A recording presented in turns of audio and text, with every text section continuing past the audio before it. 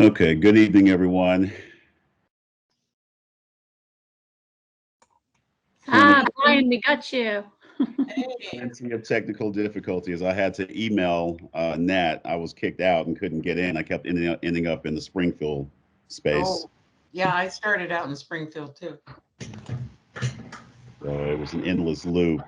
I don't know how many people were here last week, so I guess I would like to start by just going over the summary from last week to bring everyone up to speed, and then we can open it up to comments, first from the RAC members and then from the public.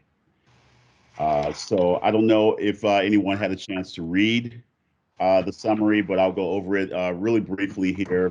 Essentially, the discussion last week centered on a distinction between commemoration and then obviously, respecting our history. Um, and so, one of the things that I wanted to express is that the intent of this process here is not to erase history. That's not what this is about. But it is about addressing some wrongs that did occur, and in particular with the commemoration of Confederate names. So what I added to the summary is this: is that commemoration means celebrating an event or person, and that's different than history. Commemoration is different than history. These names associated with the Confederacy are in all the history books I've ever read, and certainly they've been, and they're not going to be removed. But commemoration is another thing that doesn't align with the values of the community, of our community. I want to talk a little bit about Confederate commemorations. And there are multiple sources on that. And if you look at the document, I give some sources from historians about this, what I'm about to speak about. The Confederate commemorations began in the late 19th century, early 20th century as part of the rise of what is called the lost cause of the Confederacy. Proponents of the lost cause sought to change narratives about the Civil War. And an example of that would be language like, okay, if it's the war of northern aggression rather than saying it's a civil war. That's one example. The other example is, obviously saying that the war was about states' rights as opposed to the centrality of slavery.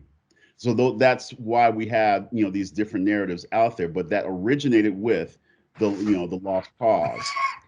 Proponents, they sought to change the Civil War narrative to shift it away from the centrality of slavery, and also what's was also distinctive about it is that the lost cause narratives also arose at a time that there was backlash against the changes that were brought about during Reconstruction. So now we're talking about the late 19th century, early 20th century, when now there's this reassertion of not only nationalism, but certainly white supremacy.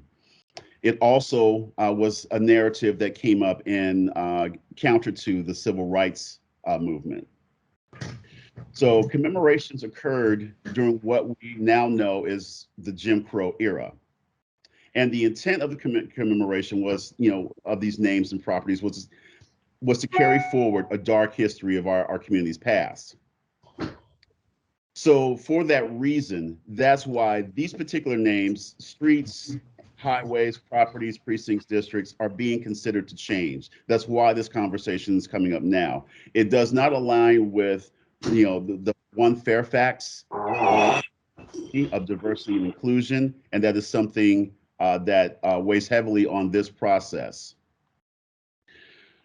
So with that being said, then the specific names like Lee District, Sully District, Mosby, Ravensworth, Stewart, Van Dorn, Graham Greenway, Oakmar, Penderbrook, and Lee's Corner, that's why those specific names are being considered. Now, I will, we did have a conversation, part of our conversation did go over the point that, well, it's kind of inconclusive, the historical records with regard to Lee District being, truly associated to, the Robert E. Lee family. But I feel as though there's an opportunity here to address at least the context. If there is a pattern of commemoration of names associated with the Confederacy, then it's more likely than not that the Lee name is part of that process. Given given the just the context of when and why these names have been brought forward. So that's why it's recommended to be something to be considered. Holland Hall, which is also on our list for to discuss in this subcommittee, is not associated with the Confederacy, as as has been discussed, is associated with the Mason family, who are from the part of the founding of the country. Again, that name predated the Civil War and was not a part of Confederate commemorations. So there is agreement that that name should remain the same. So that is the overall of what the conversation has been from last week to this week.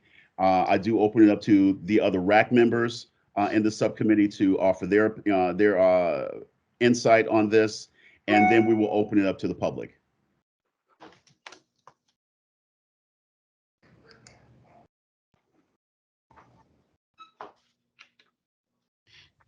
Hey, I'll speak up. This is Sam. I did some research on Sully. I'm here representing Sully. However, all of those names have got my attention. But I read and did some research and found the gentleman that spoke from the general public about unsully.org. I went on that webpage and did a lot of research and learned that Richard Bland Lee was Northern Virginia's first member of Congress and was Sully's founding slave master. The Lee name and the land he inherited Sully in 1789. And for 20 years, under his charge, the Sully plantation, as a matter of business, was intimately involved in and profited from the kidnapping of human trafficking and abuse of over 100 lives, men, women, and children. So with that background, because I do live in Sully, there was a suggestion on that webpage, but that's not part of our charter. But I did find it interesting that Bland Lee, or Richard Bland Lee, was related and is named Sully Plantation. That's what I got. Thank you, Sam. If you wanted, this is Bill Bowie, if you wanted any additional information on the Sully plantation, I'm the chairman of the Park Authority, and we've got a complete history, and what you say is absolutely correct. And so we maintain the Sully plantation as a historical site. Got it. Versus the celebration of anything that was done by Richard Bland Lee. Right. In there, they talked about the Sully House and how it's being maintained. And thank you for your service. Thank you. Yeah. Thanks, Bill. Any other RAC members? Yes, this is Candy Butler. Yes, ma'am. Well, I just had a couple of questions just to have there, and I don't know, I don't live in Sully. Are there any conversations within the district? Have there been any town halls? Is there any conversations about this in addition to the gentleman that spoke earlier?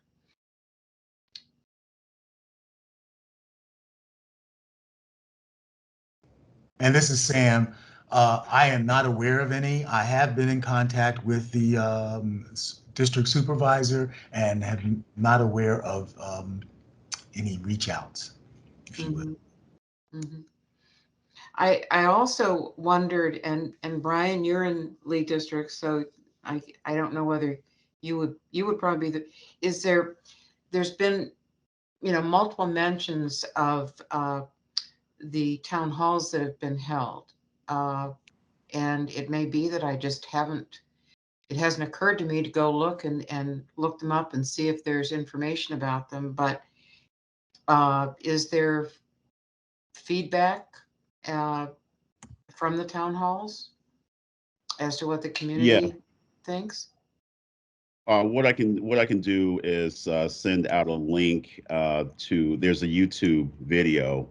And I watched it. The town hall was at least about 2 hours or so, maybe an hour and a half, where Supervisor Lusk led that, and he had experts come in, from the historical commission to come in and speak, about it, and he listened to the public. He began this process not long after he was elected.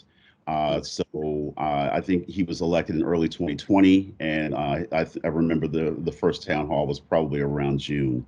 Uh, Obviously, that process was disrupted by COVID last year, but he has had more than one town hall already. He began his process before we began this process here with the RAC. So this has been a long standing conversation. Okay, great.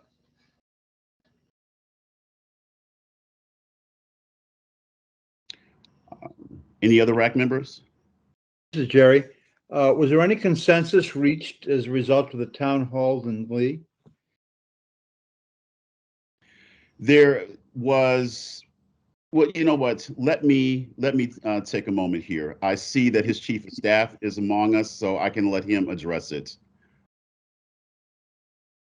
One second. Yeah, I can. Sure. I can just speak really quickly. Hi, Matt Reniger here. I'm Supervisor Lusk's chief of staff, and I'm kind of emceed the town halls that we had on this topic. So Supervisor Lusk's work on this began when Supervisor Palchek introduced her board matter along with Supervisor Alcorn to begin to create an inventory across Fairfax County of monuments and buildings whose names had connotations with the Confederacy.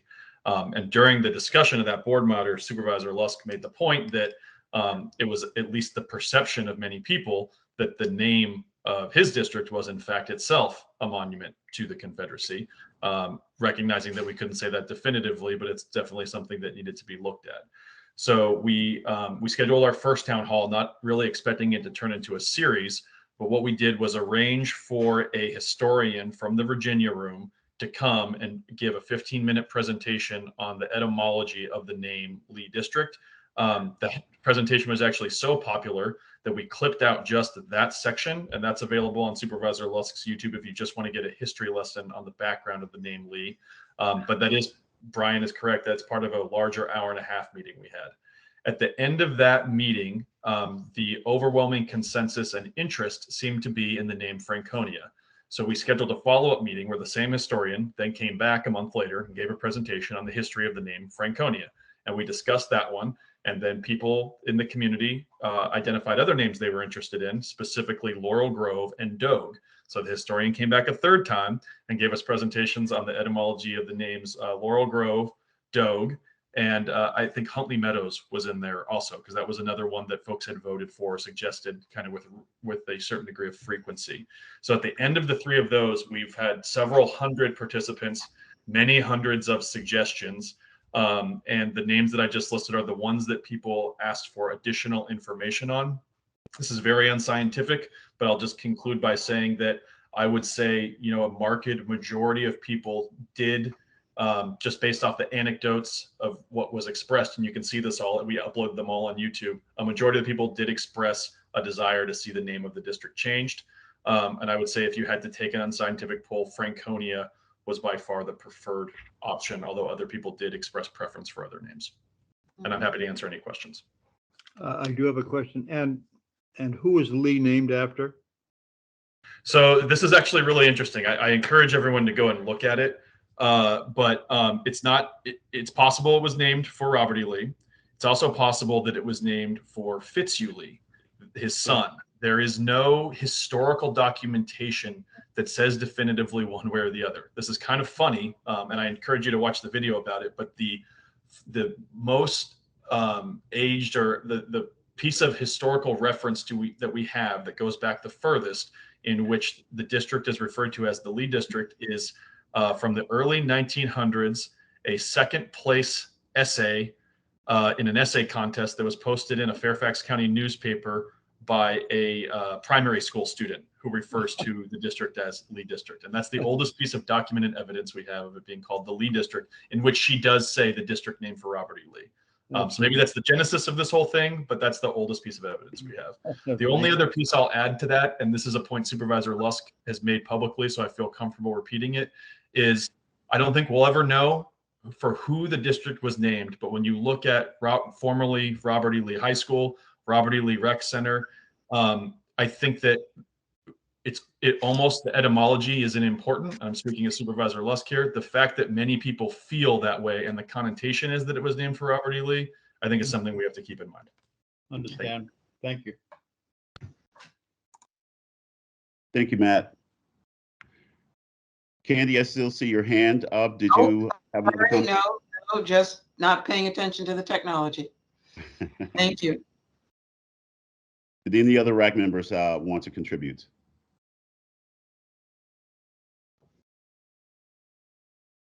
Okay, hearing none, we can open it up to the public. Are there any public comments at this time?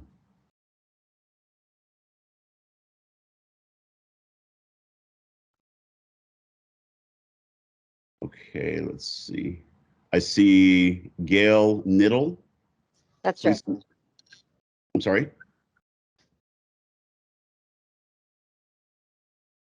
Gail? Okay.